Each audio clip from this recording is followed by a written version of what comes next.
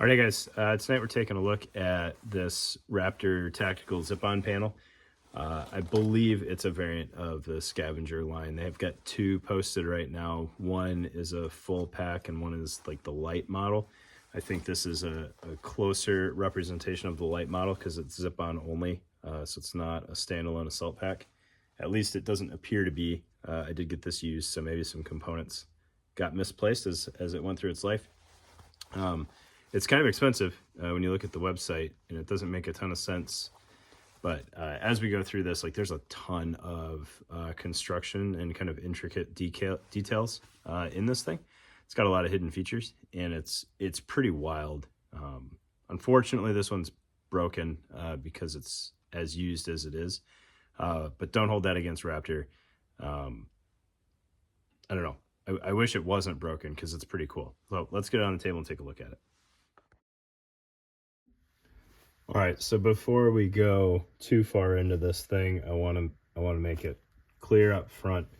This is a ATS JPC back panel.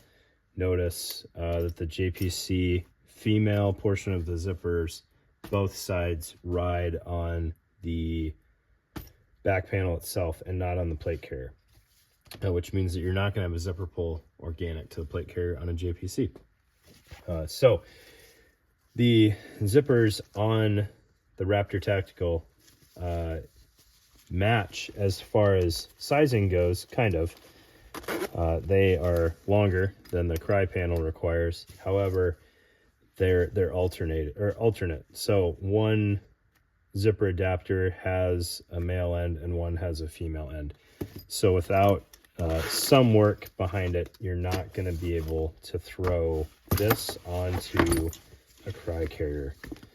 If it makes more sense, on the back panel you've got one female zipper, one male zipper.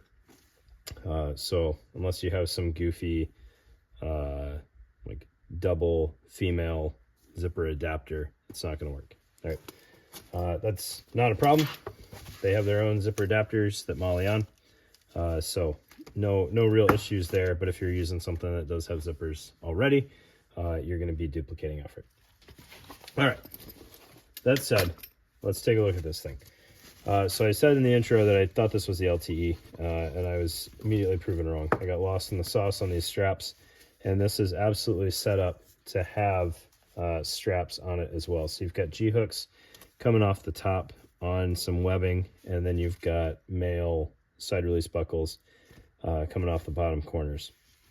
All right, if you're not running straps and you want to police this up, these top ones are not a huge concern. They can dip into the mesh pocket here on the back.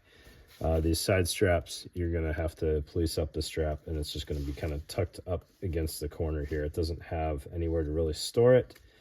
Not a huge issue, but it's there, right? You could police it up, and then you could rubber band it to the bottom of the molly here. All right, it would tuck away fairly clean.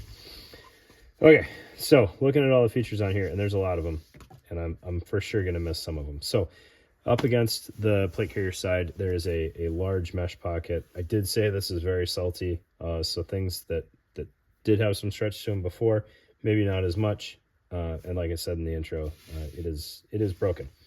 All right, so mesh pocket on the back with a lot of room for expansion. I don't think that's a huge showstopper because it's going to be smashed up against your plate carrier anyways. And then there is a webbing loop here running through this tri-glide to police up that slack. I think the room to move there is probably more valuable when used as a standalone versus when zipped onto a panel, right? Because it's just not going to have room to do anything. But it'll hold hydration or cold weather layers or something, or if you're trying to dry some stuff or you don't want wet stuff thrown into your ruck or something, I don't know, wet socks or something, you can throw them in there. Probably won't dry out during the day because they're going to be sandwiched between the pack and your plate carrier, but it's a place to put them. All right.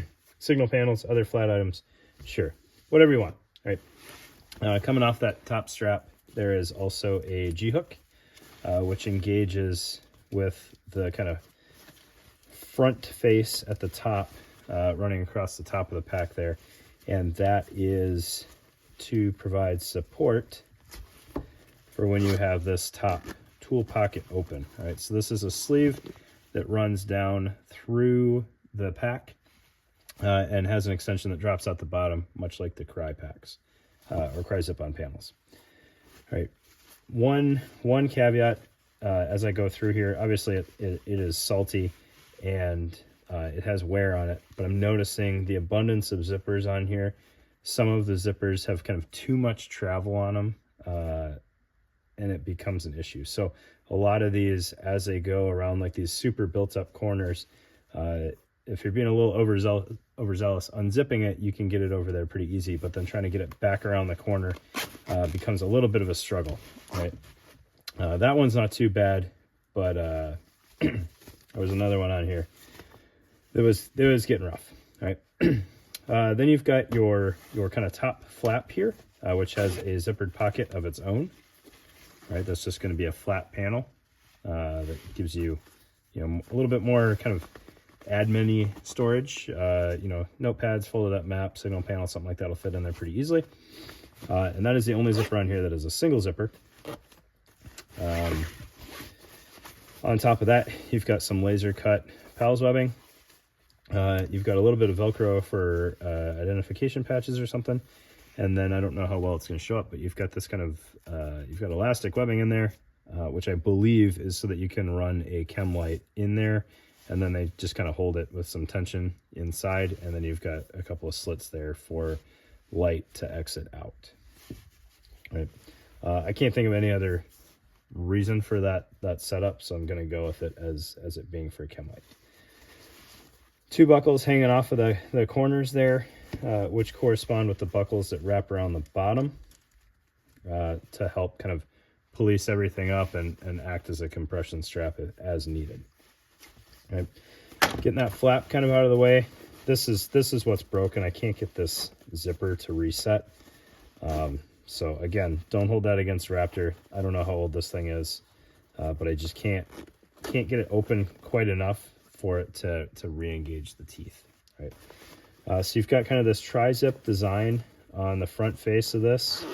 So one coming down each direction, and then the lid has two zipper pulls on it to help you open it up.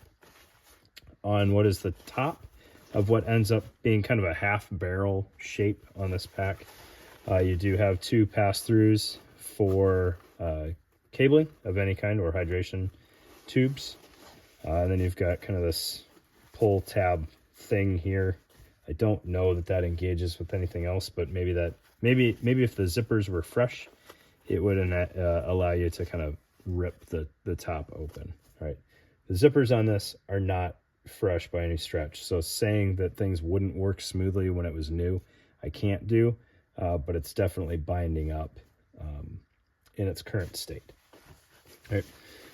Looking internal here, there's a lot going on in this pack. So if we kind of splay everything out here as best we can, you have a laser cut loop panel on the back face. So if you want to attach Molly Powell's pouches, you can. You've got 6 columns and a whole handful of rows there, so you can mount hydration pockets inside. You can mount radio pockets inside, charge pouches, whatever you wanted. There's plenty of footprint there, and depending on kind of how close to the top you get with your mounting, there's room to extract those items or manipulate those items with the front panel zipped up. There's enough room to get in there and handle that. Additionally, around the perimeter of that panel, there are tabs which will engage with G-hooks. I would imagine that there were more of these straps that came with it. I only have one, but you can set up internal compression straps using those loops, and you could run that vertical or horizontal and then just take the slack out of this strap. There's also bottle pockets on these wings. 16.9 ounce bottles would fit in there pretty easily. I wouldn't go any bigger because then you're gonna have a hard time policing this up, or you're just gonna lose so much internal volume that it's not worthwhile. But throw in 2 extra 16 ounce bottles in there, great. It would work out fine for that. Looking on the sides, you've got a laser cut panel. So 2 columns and enough rows there to throw some pretty tall pouches on there. Again, radio pouch would fit well on there. Smoke grenade pouch. You could probably stagger like a smoke and a frag if you wanted to. So you can fit a good bit on the sides, but again, only 2 columns to kind of keep everything fairly minimal as far as bulk goes. And then on the bottom, you've got this other double zipper. This was the one that was binding up on me earlier. Was this one got pulled all the way around the side, and then it got kind of tough to re-engage, which I just did again. That's gonna be a struggle. All right, got a drop down kind of bucket here, which it's a little confusing. You do have some cordage here to tighten that up if you're trying to provide some sort of tension to it, or you don't want as big of a bottom on there. There's a kind of a reinforced sheet here, which protects whatever's in the main body from the tool that's running down the sleeve. So from the top pass through here, it runs behind everything else. And you have this little bit of extra space on the bottom. So if we were throwing some bolt cutters in there, I don't know if these are going to be long enough to really show off this pocket. Oh, these are too short. But they're down at the bottom of the pocket now, and my hand is just barely touching the tip of the handles. I think these are 12-inch cutters, so like an 18-inch cutter would fit in there pretty well. These are 12-inch cutters, so you can kind of see it. An 18-inch would not be obnoxious in the setup at all and would leave you plenty of room to grab it. You'd have probably the whole handle exposed. I don't think there's anything else going on here. There's a good bit though, so it's kind of, I don't want to miss anything, but I think that's it. All right, so like I said, it's a cool setup with a lot of features, and I would imagine the size of it is pretty decent. Once it's on your plate carrier, it's not going to hang too far over the sides or vertically, if that's something that you're concerned about. It's going to keep your profile pretty slim. It is spendy. I want to say, I think I saw around 300, depending on the configuration. But there's a lot that goes into it. A lot of construction there for sure. It's a well built. Perhaps too many zippers, or too. I don't. They're not flimsy zippers. It might be too big a zipper in some of these cases for trying to go around these corners, but it is what it is. If you're careful and don't open it too far, you're going to be fine. And I don't know what happened to this one. There might be a tooth missing in here or something, but can't get that one to secure. So there you go. There's the Raptor Scavenger of some generation. I don't know if it's the current generation or not, but thanks for your time, guys.